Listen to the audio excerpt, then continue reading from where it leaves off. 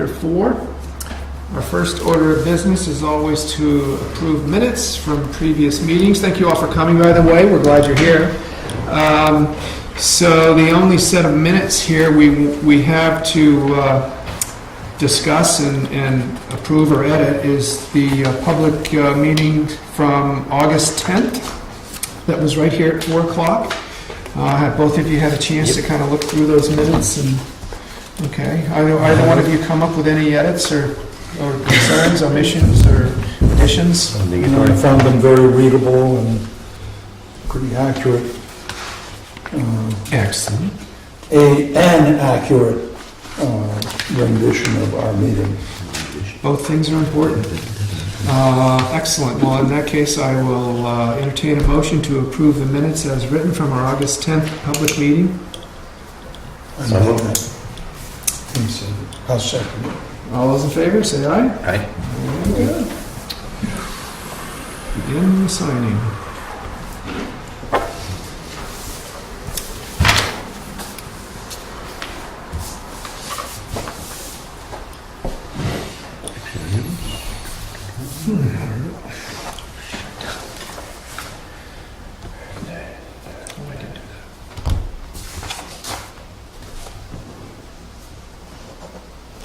Okay. Next up, update on the action items. We had no action items unless we forgot to record an action item. Do either one of you recall any action items that should have been on the list? So we have none. And so our final meeting in August will be Thursday, August 31st. Oh no, that's the work session for the valley. I was going to say that's the last Thursday. That's the 5th Thursday of the month. That's our work session. Yep. And that'll be right here at noon. And that's for the final 2 proposals, engineering proposals, correct? Yep. Okay, great. In fact, 1 engineering proposal presented, and we'll look at the final 2 on that Thursday at noon, right here in this room. And then September meetings that we have scheduled are Thursday, September 14th, and Thursday, September 28th, both meetings right here, and they begin at 4 o'clock. We have our October meetings scheduled as well. They are Thursday, October 12th, and Thursday, October 26th. Both those meetings start at 4 and are right here in the meeting room of the town office as well. We hope you can join us for those meetings. And we'll come right to the first period where we ask for public comments. Anybody that's been able to get to the meeting, any public comments?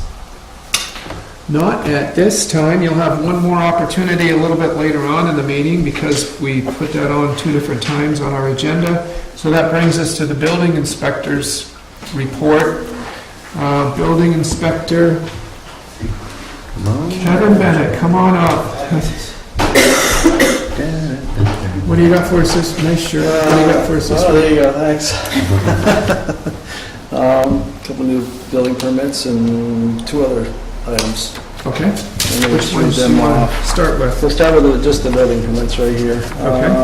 We have a new single-family home on Eastfield Road. It's up by Black Mountain there. Pretty straightforward. And then we have, let me think about this here. I will say this is an old house that's in the woods. It just had an asbestos abatement and they didn't find any, and so it's good.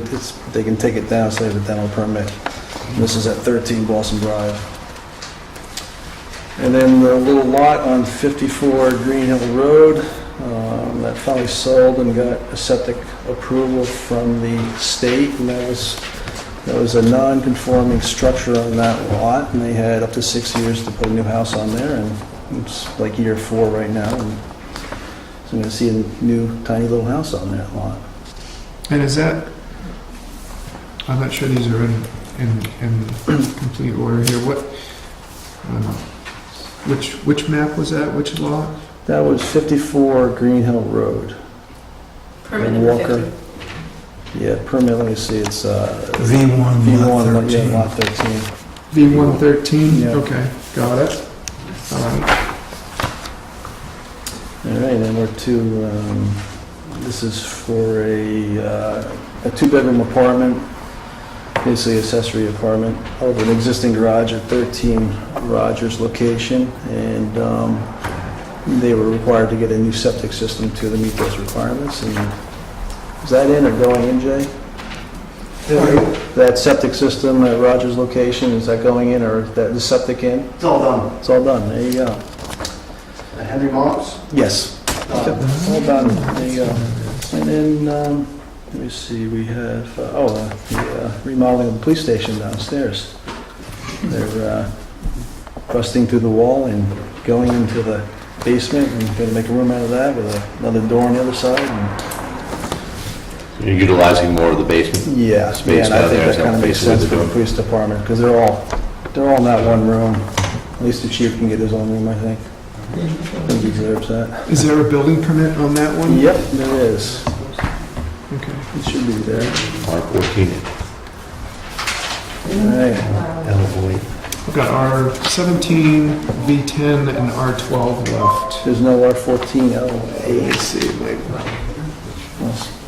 Oh, there it is. There you go. All right. Thank you. Sticky. And then we have, I gotta think about this one too, 14. Oh, okay, this is existing house. This is 114 Eagle Mountain Road. Remodel the interior and redoing the decks.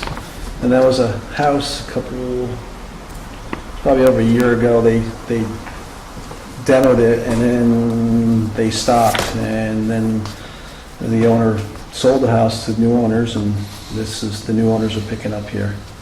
And they wanted 4 bedrooms in that house, but the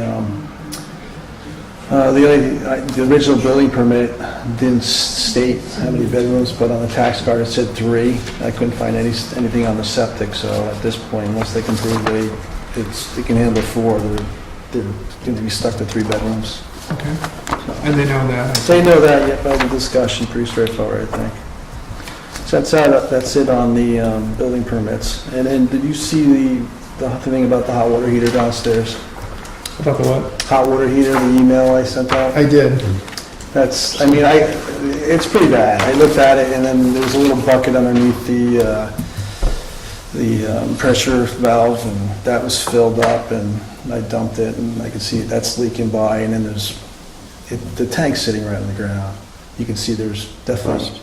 Yeah, it's definitely rust, and I think it's the original tank, which is scary because that's getting old for a hot water heater storage tank. And then there was, like I said, there was this mat down, and there was this white mold, and so it showed signs of water being on the floor. And then even the tank in the corner, the fuel tank, is right up against the wall, 2 sides, so you can't. Those tanks always rust. Mm-hmm. It's just nice to even give them a coat of paint if you can, over time. Mm-hmm. But the thing's right against the wall. It should be pulled off the wall so you can do an inspection and see that. The same thing, I don't think that tank is going to let go, but those tanks do leak every once in a while. Once they get 25, 30 years Yeah. old, they start to get old. So definitely need to do some stuff downstairs. And then another thing, the maintenance on the boiler too. Usually, you take out the burner and they clean all those baffles in there, and I don't think any of that's been done. Really? So there's no card down I don't there? see any card down. The only thing I saw was from the state of New Hampshire, so I So don't know. who's our supplier? White Mountain Oil?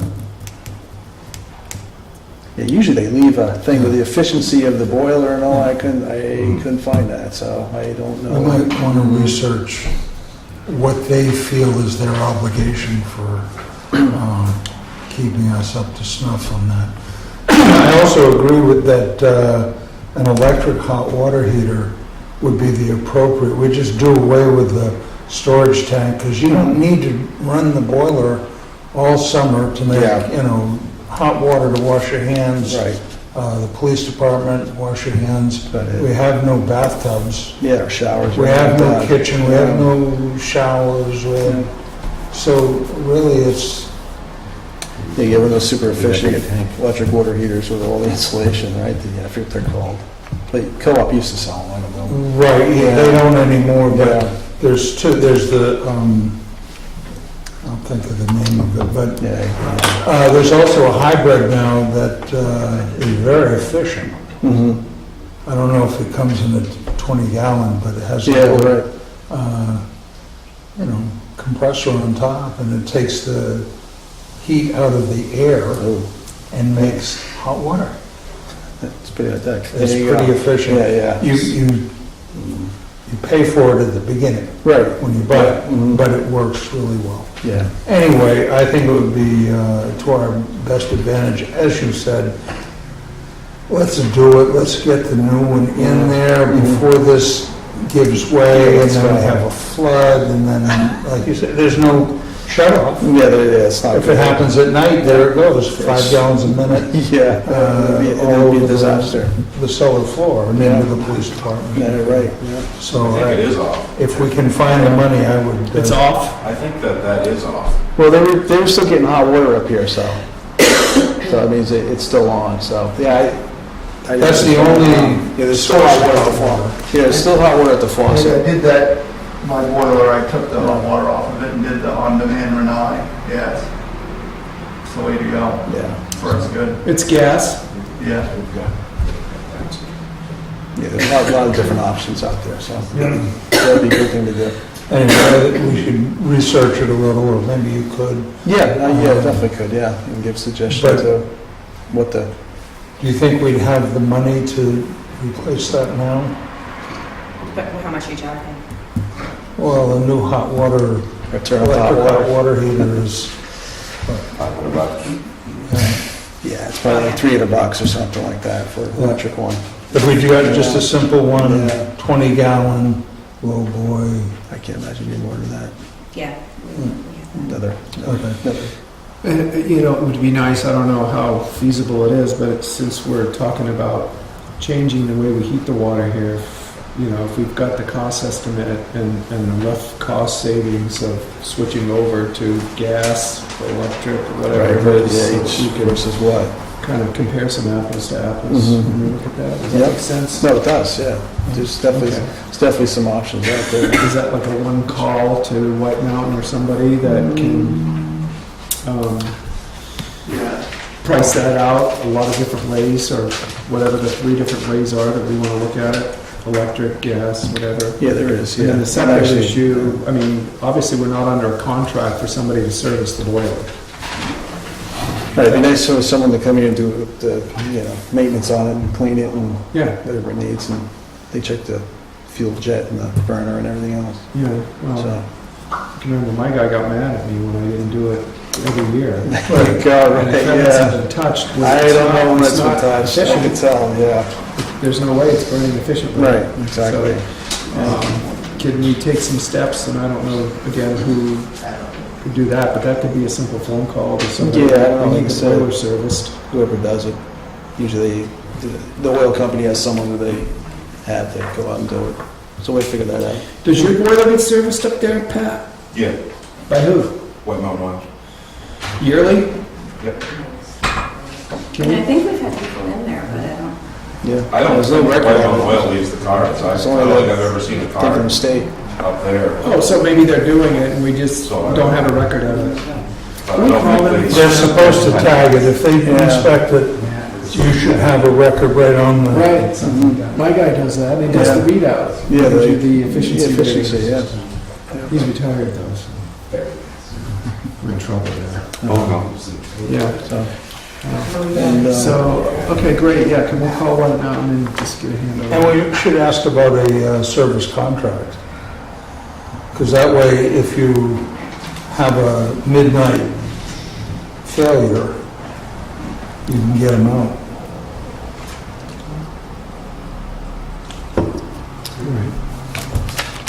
and the only other thing I have is just something on Airbnbs. Just in the last 2 days, I noticed, actually Julie pointed out to me this, a little house up in Jackson, and over the years, it's always been rented to, like, people at AMC and people like that or whatever, and all of a sudden I noticed it's on Airbnb. And I'm like, wow, there goes another one, no rental, whatever else, and there's another thing about this house, it's where you sleep in, it's a loft. And you have to climb up a ladder and get in there, and there's another thing, and the window on the other side is really small, so it doesn't meet fire codes or anything like that.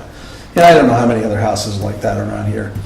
Then I was telling someone last night about it, and they just mentioned another 2 places in town, same thing, that were rented out.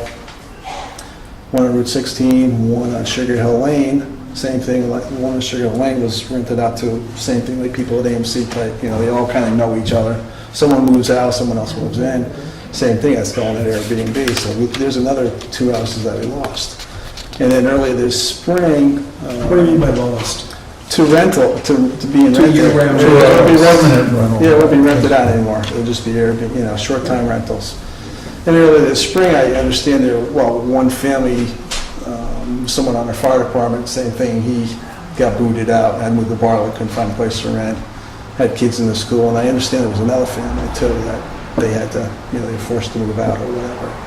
And I just see this trend, and I think a lot of other towns are having it too. I just read something in the Conway Sun about it down in Conway, same thing.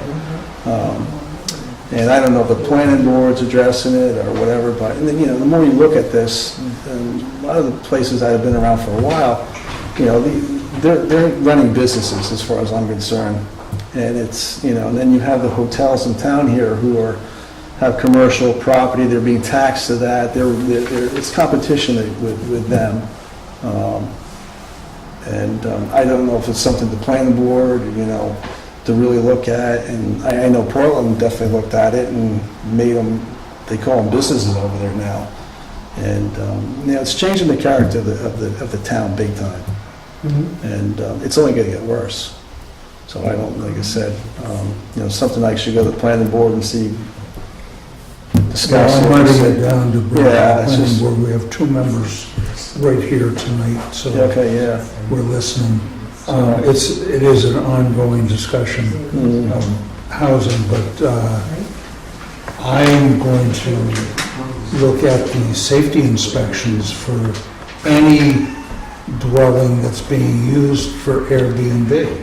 If you're advertising for it, we've got to get in there and check for smoke detectors and, Yeah, I agree. all the things that I would think that a B&B would need. I just, because it's Airbnb, is that like a little cloud, it's a cartoon, it's not really spoken, it's just a thought. Well, yeah, Airbnb, but we're inviting the general public in, let's make it safe. Yeah, I agree. I mean, I'm sure 90% or more, but there's always that small percentage who aren't. You find that out, so. Yeah, okay. All right. Jay? This has been a major debate at Fire Marshal's office. And their stand is pretty gray area in the fact that they, I don't want to use exact words, but they're controversial as to whether it's residential or business, I guess. So it's the fire marshal's having a hard time with it, and it's into all the political stuff, residential versus commercial, and maybe even rented out, but still being used as a residential. So I've brought up a lot of questions about it to some of the deputy fire marshals, and it's not a very good subject down in Concord right now. And it's not as black and white as it's just a business, and they don't think it's black and white, that it's a business and that we can just go in and inspect it. So that's what I know about it. I personally don't agree with them. I think the code is pretty black and white in that it does meet rooming and lodging the minute you have a certain amount of people in it, but it's a huge debate at Fire Marshal's office. Well, I think one of the things that's changed recently, I don't know how recent, but I know they have to pay room and meals tax now, don't they?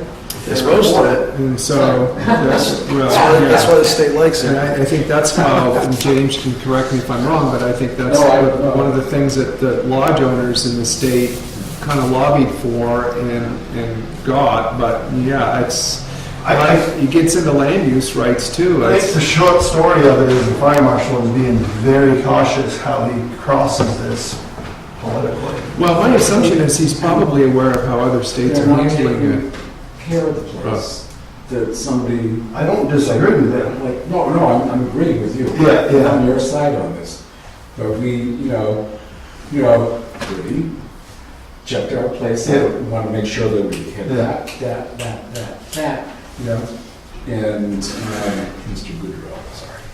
I don't call him Gritty myself. You know who you have. But, he said, here's what I want, and I'm an architect, so I said, tell me what you want. Tell me what you want to see here, what you want us to do, because I want you to be happy with what we're doing. Well, the little houses that are doing Airbnb aren't doing that. Well, one of the problems I'm facing with it is Bob, let's just use Bob for an example. Bob Thompson goes on Airbnb and rents a 18-room big house up on top of Tyrol for $400,000 a That's week. still there, Tyrell? So he rents it, he pays for it, Yeah, and he invites all of his buddies up yeah, to go stay up there, and it's over 16 people, so it Yeah. becomes rooming and lodging. yeah. The minute it goes over 16, and that's when I can have it, and I have the authority to inspect it. Yeah.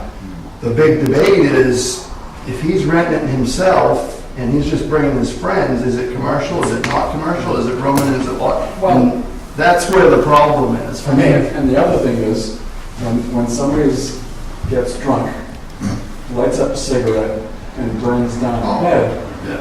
you're the one that has to risk your life up there. So I like to do that. Preaching to the choir. So it's a huge debate. And I've actually spent a lot of time on it with a bunch of deputy fire marshals and Goody and a whole bunch of people. And it's not gonna be an easy thing to figure out. So nobody's really moving forward. That group doesn't have like a unified stance on how they're looking at this stuff? No. I Okay. mean, I know if it comes to me and if I respond to a place and it's Airbnb and there's more than 16 people staying there, it's rooming and lodging and it's illegal. Yeah. That's how my stance is. Yeah. Fire marshal's office stance is not that. And by zoning code, it's turned into something else. So does that mean we should be going on Airbnb to see what's out there for Jackson Reynolds and how many people they're claiming can stay at those properties? And if it's more than 16, we should be knocking on the door and inspecting As it? far as the safety's concerned, I went on it, I did a little research. I think 95% of the houses in Jackson that are being rented Airbnb are very safe houses. There's a few that might not be. But are they advertising to sleep 16 or more? What, don't they do that on Airbnb? Don't they tell you what the capacity is? No, they don't? I think there's more. Some may, some may not. It was amazing. But the majority, I will It's got say, 8 the bedrooms. majority of them are safe houses to get out of, Uh-huh, okay. large majority. But it seems like that would be due diligence, that if somebody's advertising that they sleep more than 16 and that takes them to this new category where there needs to be a fire and safety inspection, Yeah. then that's, I don't know, but Yeah, interesting it's conversation. complicated. One thing, Yeah. if you're renting a bedroom, Another day. Right, but when you're taking in an entire group of people, then you have to protect you, but they have to protect you too. Yeah. Right. oh, And then you're getting stuck. It just gets into the battle as to business versus residential. Competition for If that, it- but it's just, yeah, if it comes up at the planning board, can you keep us posted on how your discussion goes? Sure. Great. Anybody have anything more to add to that before we move on to the rest of Kevin's report? All right, continuing on with the Kevin Bennett I meeting. think I'm all set. Oh, really? There were just 2 forms you were gonna talk about. Oh, yeah, that's right, yeah, how are they on? Driveway permit. Yeah, it's really, Yes. I mean, I think that. Oh, that's right, we I'm need to sorry. Touch on them, have them or review them and Yep, then. that's right, we touch skipped again. right over that. Yeah, basically the driveway permit, we were including in just the general building permit, So anyone who came here, picked up a building permit or downloaded it, it was included in there. It was confusing people, and it's mostly not needed until either you have a new house or a new lot that you're building on. So we decided to take that out, or we'd like to take it out. The driveway permit, have a separate document again. So if someone does come in that want to build a new house on a new lot, they'll get the building permit plus the driveway permit. And, so it just, I think it'll simplify things, Okay. less confusion. And so you've put together a template here, and we'd like to, our plan is to review this. That's, yeah, the template was for the, I Yeah, think. those are just copies of the Instructions. new, Oh, driveway permit, right. the separated yeah. out. The separated one, right. So it has the. Which you know, can review specs. and see if you like Yeah. for next meeting. And Yeah, that so sounds good. we've got 3 copies, so I guess I'm assuming that Yeah. that's That's one for each. each. We've got the All half right, major more scale. paperwork. Okay. And so that's the new, there's one set that's like the new building application, there's one that's the new driveway, so you can see them broken out. There you go. So, some between meeting reading. There you go. And then the next thing was the rough draft with the tent permit that I discussed last meeting about putting something together for, whatever the whole thing. I talked to the fire marshal's office, and the fire chief does his thing, and the building inspector does his separate thing. They both touch on temporary structures. So I threw together a draft with for the building permit for a tent. And it basically has on there, who's putting it up and where it's gonna be and the amount of time and all that. And there's a couple things still I left out. One was proof of insurance too, liability insurance, and somewhere, the sign somewhere, and I don't know what else I need. But it's a rough draft, so I'll get the final together and put something to look at.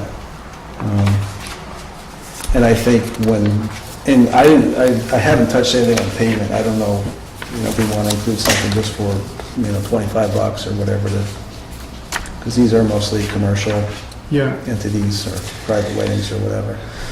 And then when it comes to inspection, I'll just use my own, for now, my general inspection form, and I'll probably make something up that touches on each individual thing and have like a special little form for that too. That's something to look at. And that'll meet the requirements or the suggestion from the fire marshal's office on me as a building inspector doing tent inspections. Yeah, and then so the dates, the setup, the event starts, event ends. So this is meant to last for per event or per season? Well, a temporary structure if you look at both codes, the building code and the fire code, is a temporary structure is 180 days or less. So it can be anywhere from a weekend, Yeah. going up on a Friday, coming down on a Monday, or which some, the places around here put them up in early May and they come down in late September or whatever.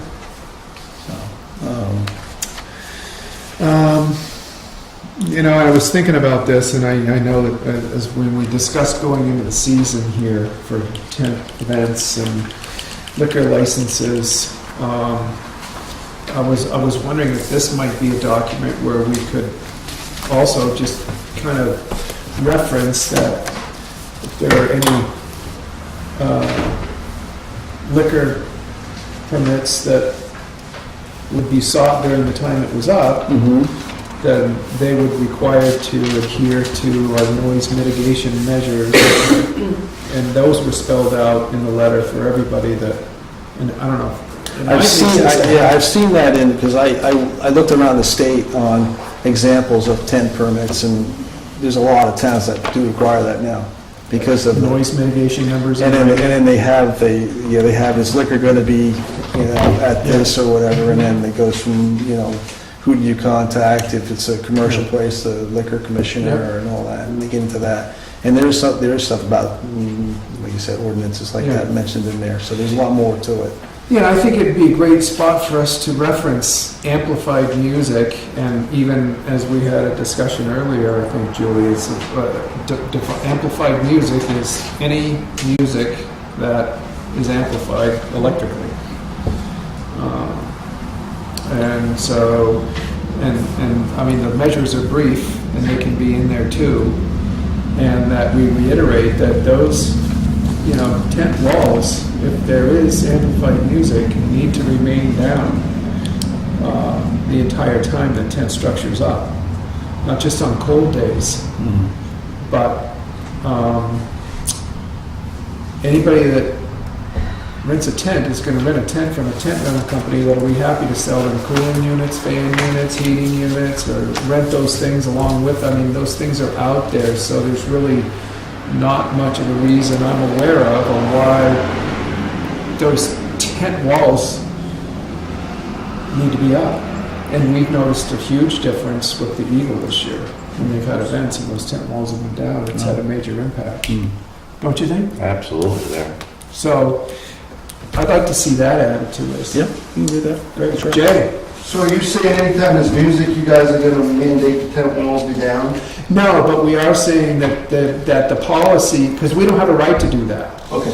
But if alcohol is being served and we're being asked to sign off to allow alcohol to be served under that tent, then we feel like, and the Liquor Commission's backed us up on that we have some noise mitigation measures that we expect to take place.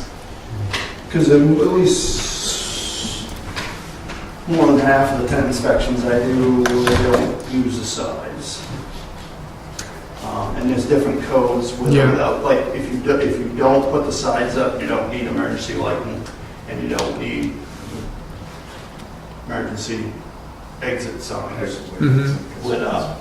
But the minute you add the signs, they have to have emergency lighting.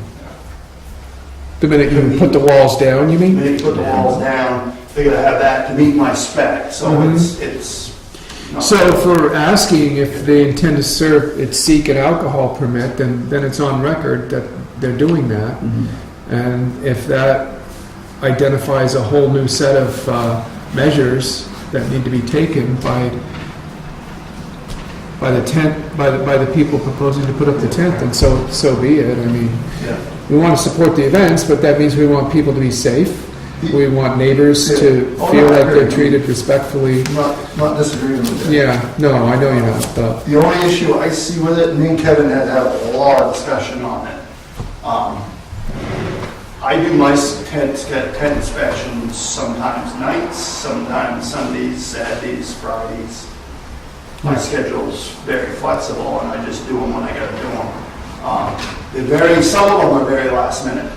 Chamber of Commerce is last minute. A few of them are last minute. They just have to show up, call me on a Tuesday and say, tent's going up Thursday for a wedding Saturday. So tent goes up Thursday, tent comes down Saturday, Sunday. Very, very short notice. So scheduling another inspection, another permit is gonna sometimes be tricky. If Kevin's on vacation and they put a tent up, it's gonna might go up Thursday and come down Saturday, Sunday. If, Yeah. if they've asked for a liquor request, though, it's going to be well in advance. right. That's more of a seasonal request. And there are some Yeah, those are the businesses, seasonal ones that'll be easy. and not every tent falls under those seasonal restrictions either. For example, the Chambers tent this weekend, the big tent I inspected because it had to have a place of assembly permit because it fits more than 50 people.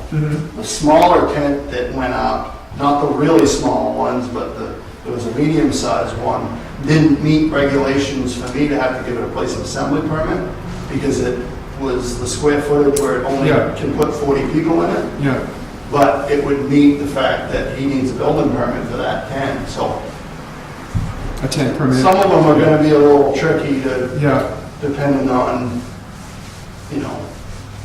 is what it is, I guess. yeah. Well, the only thing that we've been involved with is when they intend to serve alcohol, and which means they want us to sign off and approve that. Which usually is just a seasonal one. That's right. Yeah. That's right. So, okay, well, if you want to take some of this advice and suggestions and go back and, Well, I know there's also a couple other things on here. I think, what was it, Chief Curley said, you know, that this could name all events known and unknown that would happen under the tent or some language. okay, yeah. Oh, actually, that was something else, but that's not a bad idea. Oh, Yeah. okay. Something else.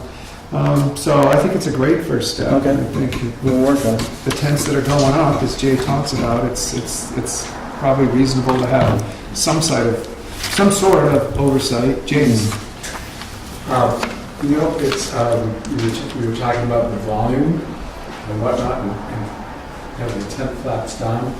That's not really the issue, as far as I'm concerned. It's their DJs that are talking over the music, and I don't know how you control that. I'm not sure. I'm not quite sure that we can. But the music, yeah, it's got the music, it's fine, the gesture fine, you know, but when you get this guy, oh, here's the Brian McGrill, and it's like 3 times the volume Yeah. of the music, because in my experience, you can't shut a DJ up. Love to be on the radio. So, you know, maybe it's something that can be controlled another way. Mhm. I think I brought this up before. But the music's not that bad. Yeah, You know, it's, you know, because they're having a good time. yeah, And all our guests understand, oh, it's a wedding, isn't that nice? yeah. This guy's just firing away at 3 Yeah. times the volume of the music. That's what I get upset. Yep. I think I know the DJ in question. But it's, yeah, who knows? Yeah, And anyways, okay. my humble opinion. Thank you. Thank you. Any other thoughts on the tent permit application before we move on to the next item on Kevin's agenda? What else do you have? No, I think that's it. So we do have a driveway permit. You keep saying that. I know, yeah. And so this is a driveway permit Oh, who's that from? on that's with Pat. Sciabi's, That's more, Flint Road. that's more of Pat. Steve. Yeah. Yeah. This is ready for a selectman signature, correct? Yes. Okay, great. Very definite there, Pat. And so this is what segued into the whole general driveway permit. So this will be the last, Item C. quite possibly the last driveway permit application that's attached to a building permit. That's definitely possible, yes. From here on out, we're Yeah, probably yeah. expecting those to be separated Yes, out. yeah. Okay, excellent. All right. There's only one spot for selectmen approval on these permits, That's you. so that's how it's been done in the past with the road agent approval. Already on there? Very good. Okay, thank you. Hey, thank you. Very in-depth. Good discussion. I said, now. Next up is agenda item 5, new business. So we have another one of our trustees of the trust funds withdrawal requests. This whole thing is one big packet. It's just another ad for the bridge proposal. Oh, okay. All right. So I would then just go ahead and confine what I'm doing here to the top page. The trustees of the trust fund are asking the Board of Selectmen to approve withdrawals from the trust funds as indicated here at $353.26 from the Bridge Repair Expendable Trust Fund 0034, which is going to be paid out to the union leader for the ad dated 6/20/17. So either one of you like to make the motion that we make that withdrawal? Make the motion. I'll say it. Very good. Anything else to say about the ad we ran and the union leader? All those in favor, say aye. Aye. Good.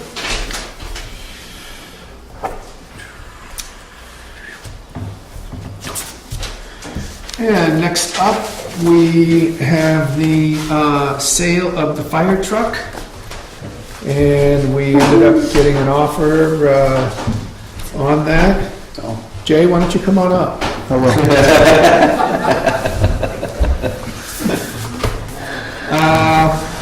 Upwards, yeah, I got the file, but what did we get, 27 for it?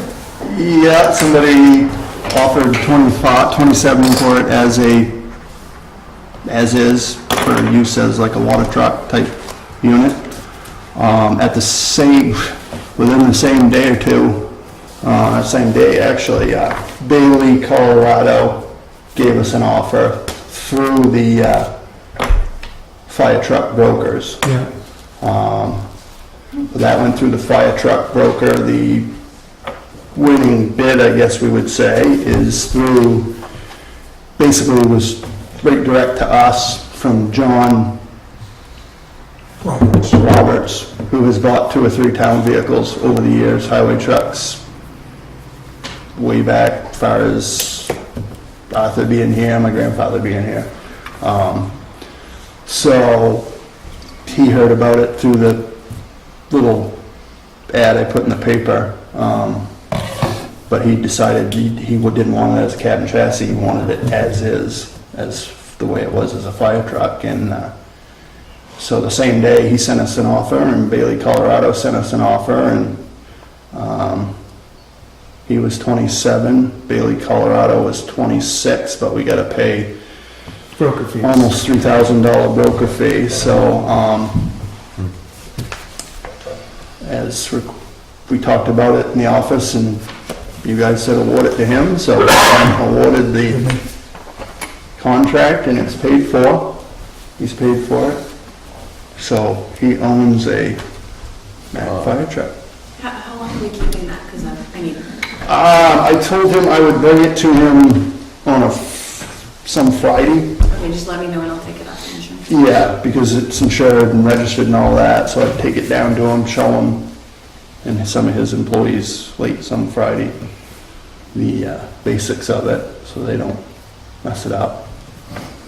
Yeah, and so the history of our efforts to move that fire truck, correct me if I'm wrong, but we put it out to bid. We didn't get bids that were acceptable to us. We filed it with the brokers, the fire truck brokers, so they've been trying to sell it for a year and 3 months. Okay, that's what it was. If it had an automatic transmission in it, I could have sold it 14 times by now. And they got bids, but none of them were. We didn't get any bids. There was, like 8 months ago or so, there was one outfit somewhere that offered a ridiculous, kind of over the phone, ridiculous low number. And I'm like, no, that's not happening. Was it the $20,000 one? 15, 20, I mean, I got a whole file full of work that we put into trying to sell it different ways. So it mainly was through the fire broker until recently I decided to put that ad in the paper to see what kind of interest people had on it as a cab and chassis. And I got a couple people asked questions about it, and John kind of immediately said he didn't want it as a cab and chassis, but he had interest as it is as a fire truck. So Great. it would have been a shame to cut it up into pieces, and Yeah. if they can use it as a truck. We looked at keeping it, if the price was gonna go really low, we looked at keeping it for summertime dump truck type of thing for the highway guys, but we managed to get enough money out of it where Dick and I felt it was better off to give the money back to the taxpayers rather than keep it for any other reason, right? Just our thought. Yes. So, I guess that's done and over with, and we paid $68,000 for the truck in '95 and $88,000 for the body. So I think it's on that envelope, 170, somewhere I had it wrote on there, 170 grand it was in 1995, and we got 27 for it now. That's really good. Excellent job. Moving that on. Okay. That's what we wanted. So hopefully he'll leave. I don't know if he's gonna call me tomorrow or next Friday. He wasn't too worried about getting it immediately, but I wanna. Let's move it along, get it off our dooryard, get down the hills, get it off our insurance. Definitely. Questions on the fire truck sale, John? Good to go? Thanks, congratulations, thanks for helping on it, Deb. There we go. Any other fire department news you want to pass us on with? I guess not. All right. And we have, I said, you have any other fire department news that you? Sorry. That's all right. No, it's been really quiet. Business as usual, really nothing all summer to bring up.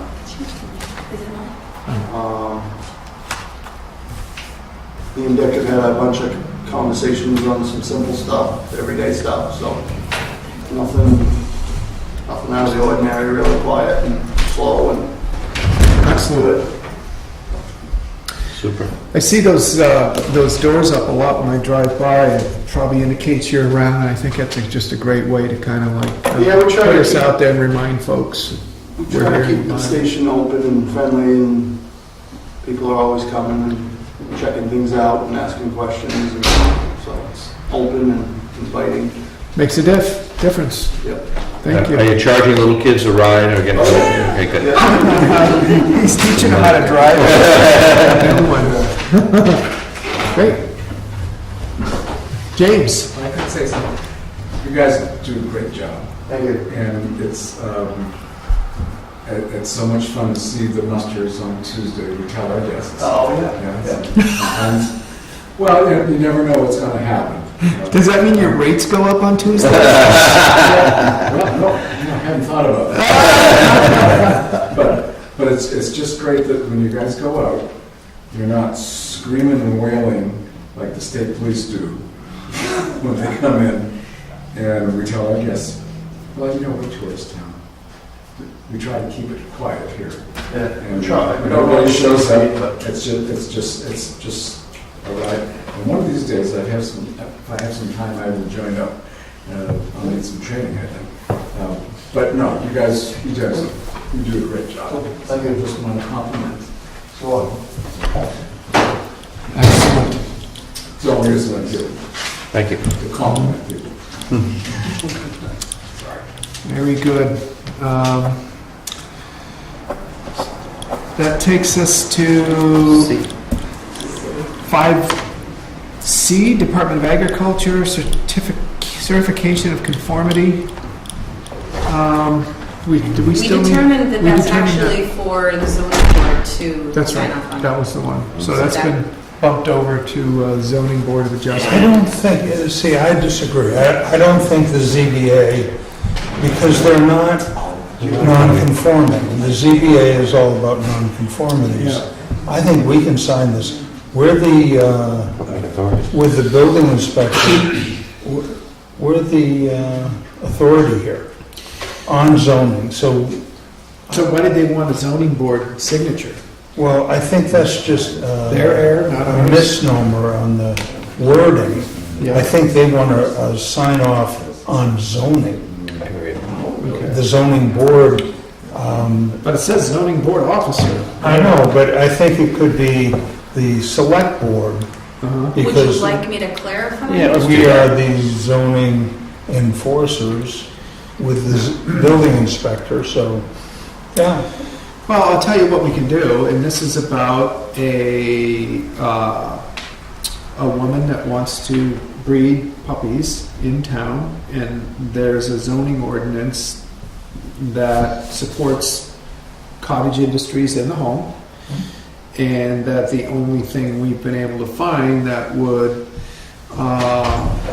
make her request problematic that's in a zoning ordinance is that it needs to be contained in the home, and if there are complaints and the business is a nuisance, then there is a zoning board ordinance that does not permit that for a business that's determined to be a nuisance.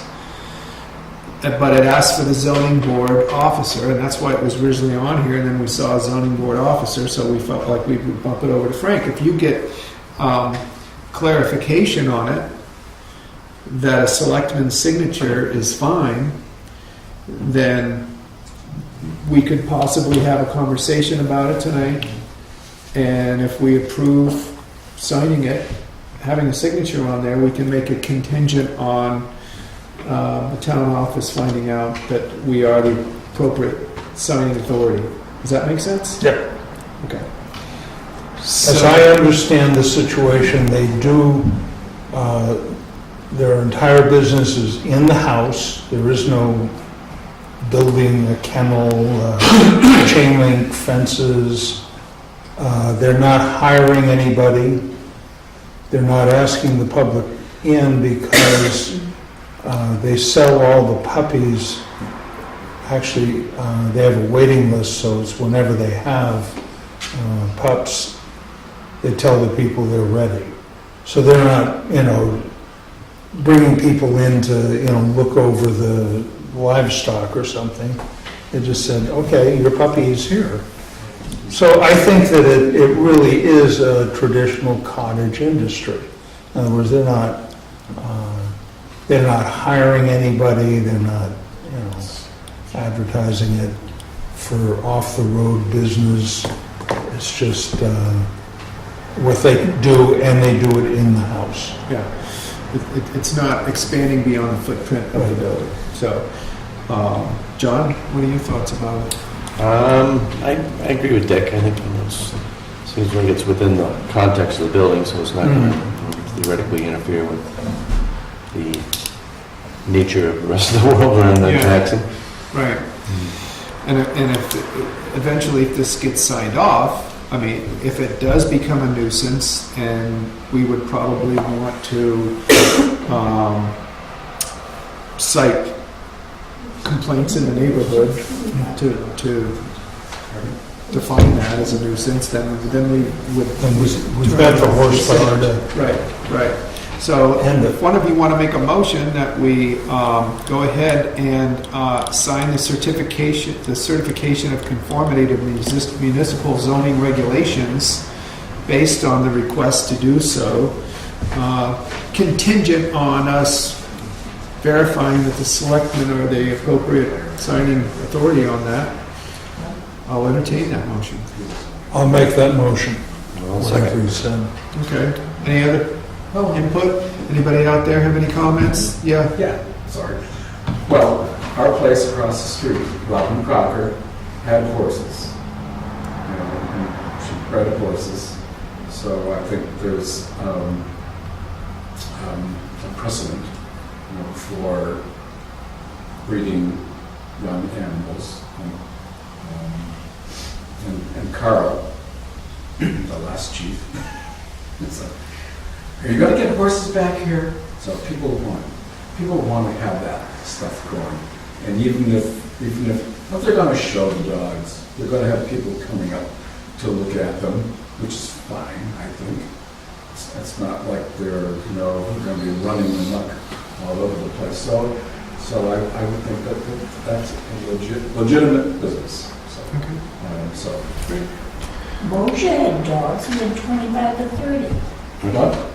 Moshe on Green Hill. Oh, right, they have the Huskies. Huskies, yes. And they were I don't know what nuisance. Huskies I are. thought that was you were saying. You had the dogs. No, we have 2 dogs. No, one days we have. Yeah, Lala too. No, I think, it's you're saying as long as it doesn't become a nuisance, and they're going to have to put a pen out for them. They can't keep a dog inside. But I don't think that's a problem. All right. Anyway.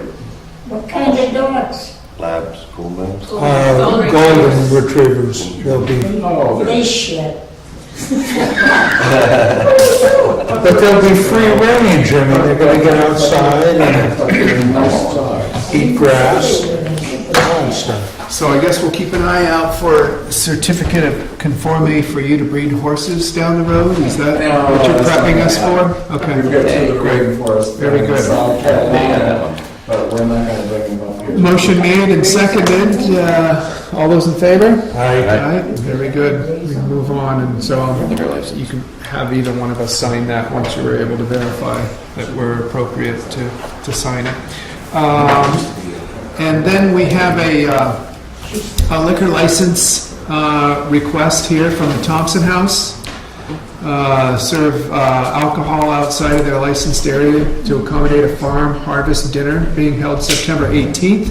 Rain date September 19th. Extended area be off the back porch of the restaurant. Any questions on any of that? There's a map here on where the tent's going to be in relationship to the building. Either one of you have any questions or comments you want to make on that? I'll go ahead and entertain a motion to approve the permission to serve liquor at the Thompson House Eatery on September 18th out back for their farm harvest dinner with a rain date of September 19th. So moved. Second. All those in favor say aye.